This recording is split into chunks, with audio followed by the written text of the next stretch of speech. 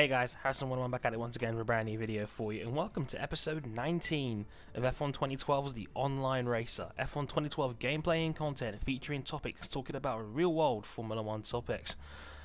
Well, I said topics twice there, that's really kind of weird. Anywho, this is an interesting episode. This is something I've been wanting to talk about for a little while now. I'd say probably since the Canadian Grand Prix, but I've never had the right time or premise to bring it up, and I thought, going off the Italian Grand Prix weekend we just had, I thought now would be a good time to talk about it. And before you already ask, and you've probably already noticed from the title, yes, this is another Sebastian Vettel video. Get over it. No, in all seriousness, if you have a problem with that, not a problem. Just watch another video. But hear me out here before you're already starting in the comments about my potential bias and whatnot. I like to think when I break things down, I do it objectively. So, anywho, it's interesting now.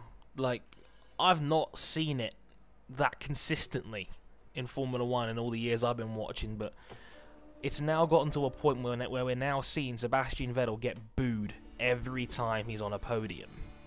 I mean, this kind of started really around the British Grand Prix. It came up again during Canada, and now again most recently in Italy. A little bit in Belgium, but I think that was more down to the Greenpeace protester that was constantly trying to butt rush the stage. Don't know what the fuck was going on there, to be honest. But I've not seen a driver this regularly booed in quite some time. Maybe even ever. And it's interesting to see, like, why or how it's happened and breaking it down, and is it justifiable in Formula 1 that now drivers are getting booed more consistently? Not even drivers, it's driver. It's Sebastian Vettel pretty much and nobody else. It's not like people hate Red Bull because Mark Webber's consistently cheered whenever they go to races. So it's not just down to, this general dislike for Red Bull, even though that might be a factor for some people. I'll explain why in a minute. Now, I've been one of the most vocal Sebastian Vettel fans on the internet for quite some time now, and I'm proud of that. I'm proud of who I support in this sport, despite not condoning with the general masses view. And I get a lot of that. A lot of people come to me for questions and opinions based on it because they know I'm the internet's Vettel fan pretty much now. But the most common reasons I've seen as reasons to dislike the guy, none of them are really justifiable, except for one, which I'll get to at the end. One of, there's a lot of people, the fans think are justifiable reasons to boo him, but I really don't think they are. Maybe that's just me. Again, it's just my opinion. But let's break down the most common ones. I think top of the list is the fact he's in the best car, and I say that in inverted commas because it's not really true. Yes, 2011 was the only real time Red Bull was the dominant car in the sport. That year Sebastian Vettel had 15 pole positions and 11 race wins. I think 15 times he finished on the front row. Finished on the podium. I think he had 17 podiums that season. It was one of the most dominant years Formula 1's ever seen. I think that was really the only time where Red Bull had legitimately the best car. 2012, I think McLaren had the best car, and I think they would have doubled up if it wasn't for the mechanical issues they had last year. Not to mention they took so many points out of each other by both being competitive at different times that I think it hurt both drivers' chances of winning the championship.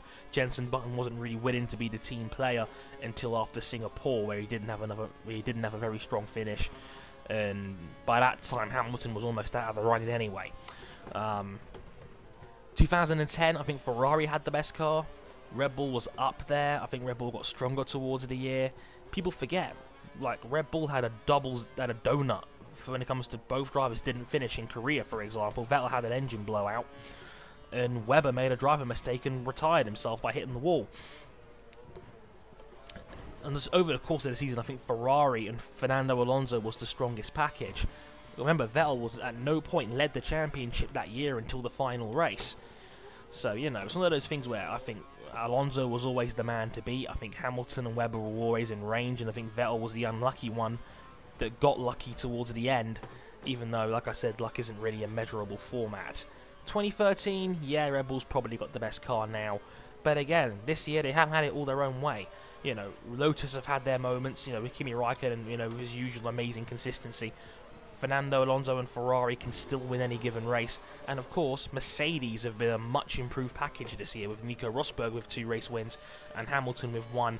And again, Hamilton again has been tremendously consistent. Take Italy out of the equation and take Spain out of the equation, every other race this year he's finished in the top 5. So it's I think where Mercedes are probably the most improved team of the year, maybe. So it's one of those things where, again, Red Bull hasn't had it totally their own way, and they've had bad races too. You know, like in Spain, for example, where they had severe tyre wear issues, and they tried to run Vettel on a 3-stopper and it didn't work. They had to go to a 4, and it cost them a podium finish. So again, Red Bull hasn't had it totally their own way. So the best car argument, I think, is a load of hogwash, really, because people don't realise that almost every driver that has won a championship has done so while driving the best car. What takes them over the top is their ability to drive well with the great car. Average drivers don't win championships. They just don't. You know, that's why the recent world champions, look at the recent list, like Jenson Button, Kimi Räikkönen, Fernando Alonso, Lewis Hamilton, drivers which the large majority believe are the very best in this sport. Some say are already some of the best ever, especially Alonso and Vettel for their consistent high achievement. So the best car argument doesn't really wash with me, especially when Vettel's consistently kicking Webber's butt. And before people mention the Kurz thing, yeah, people don't realise that Vettel's actually had more mechanical faults in the 4.5 years he's been with Red Bull than Webber has. Not to mention, Vettel's had 9 technical DNFs in his Red Bull career with Mark Webber in the team, while I think Webber's only had 4. So there's not a conspiracy there at all. If anything, Vettel's the victim, not Webber, believe it or not. People don't do their homework, that's the problem. Another reason, radio messages I've seen. Radio messages like, you know, Vettel complaining. And I must admit, it doesn't make him look good. You know, the complaining on the radio that something's not right, or, you know, like for example in Hungary when Kimi Räikkönen blocked him, it was perfectly legal.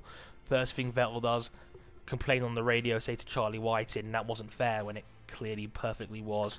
Another one was the Circuit of the Americas last year when Hamilton passed him, which was totally clean, and then Vettel complains. Again, it happens. But people don't also realise that every elite driver has complained at some point during their careers. Like when Raikkonen was complaining about Grosjean, you know, slowing him down, I think it was China or Malaysia early in the year. It's one of those things where the popularity of Raikkonen, I think, has a lot of fans turn their blinkers up because he can be a dick sometimes. Fernando Alonso, just this past week at Monza, threw his team under the bus, calling them idiots because the slipstream strategy they tried last year didn't work this year either. Massa actually out-qualifying Alonso by 100th of a second. But then he backtracks, says Massa was perfect in qualifying, and takes a giant selfie with the Ferrari fans, and it's all okay, you know. And Lewis Hamilton, another guy, prime example of a guy that often complains on the radio. Did it during Canada, did it during Spain as well, where he famously said, "Oh, I can't drive any slower." You know, drivers complain. They're in the heat of the moment, driving Formula 1 cars at excess of 200 miles an hour. People do things in the heat of the moment, especially when you're a Formula 1 driver in that kind of environment where you want to win. That's why I kind of give most complaints a free pass. Except for Alonso, because his one, I thought, was him being a massive hypocrite and kind of throwing the Ferrari team under the bus. He's done that a lot this season, saying things like, "Oh, for my birthday, can I have a new car?" Or then, like I said, the famous case of Italy in the backtracking wasn't right. Seemed to get away with it though because Alonso's popular because he drives a Ferrari. You know, I think Alonso's one of the most popular guys in general.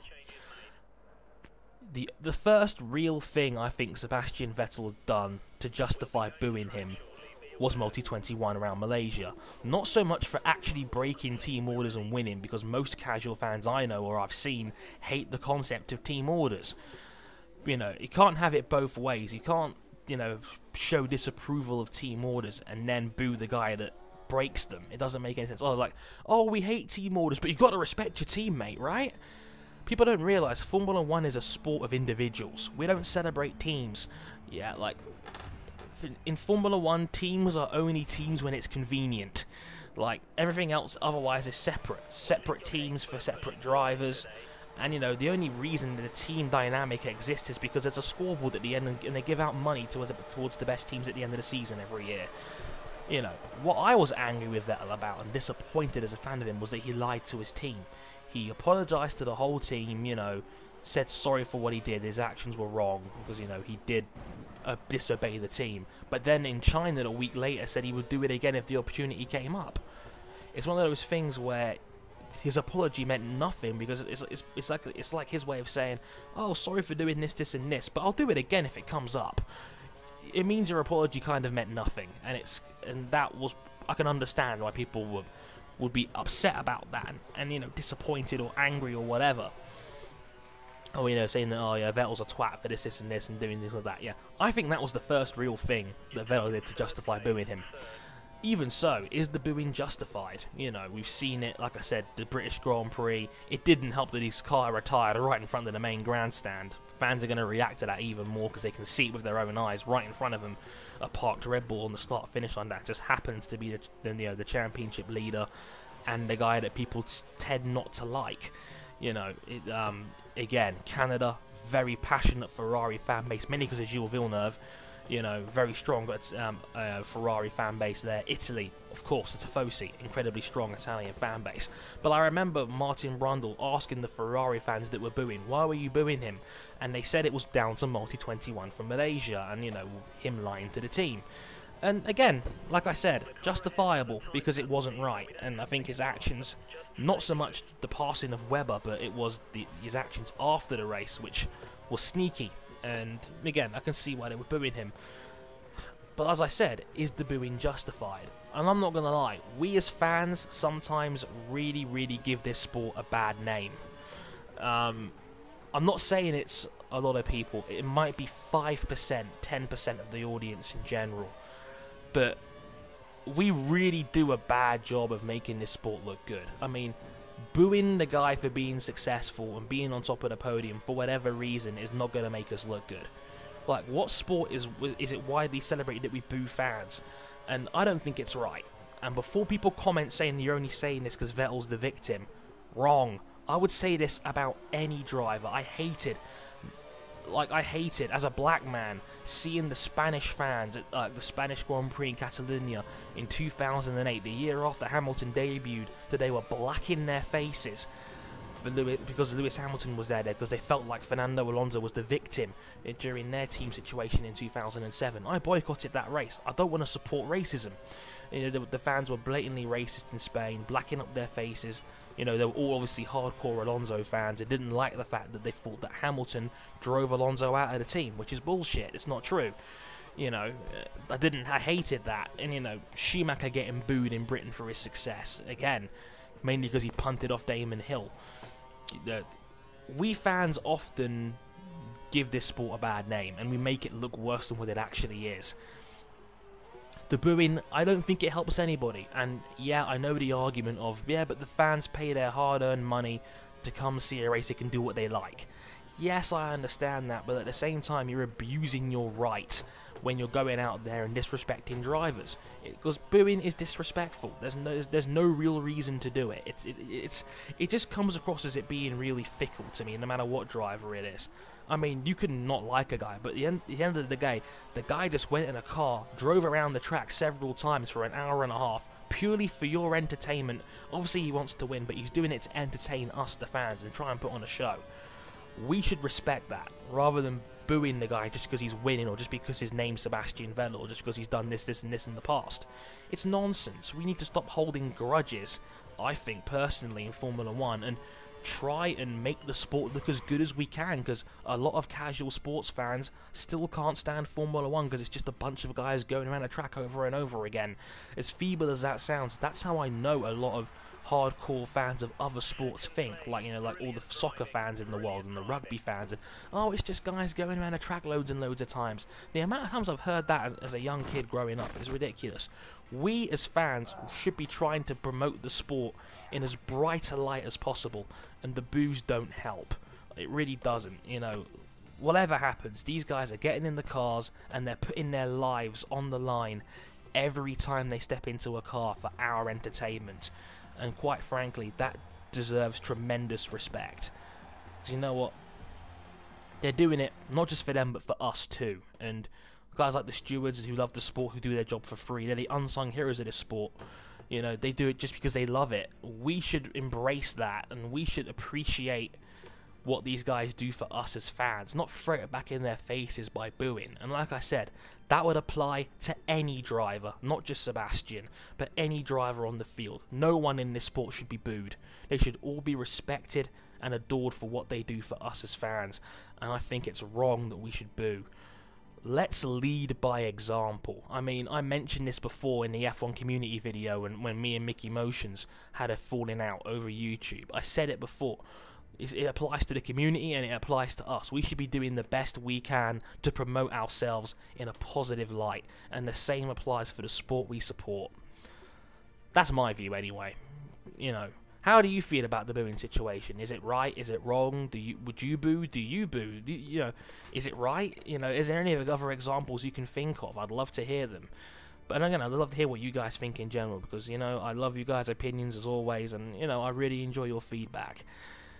I'm going to bed because it's 1:10 in the morning. Oh, God. I just had a sudden spur of the moment to do this commentary.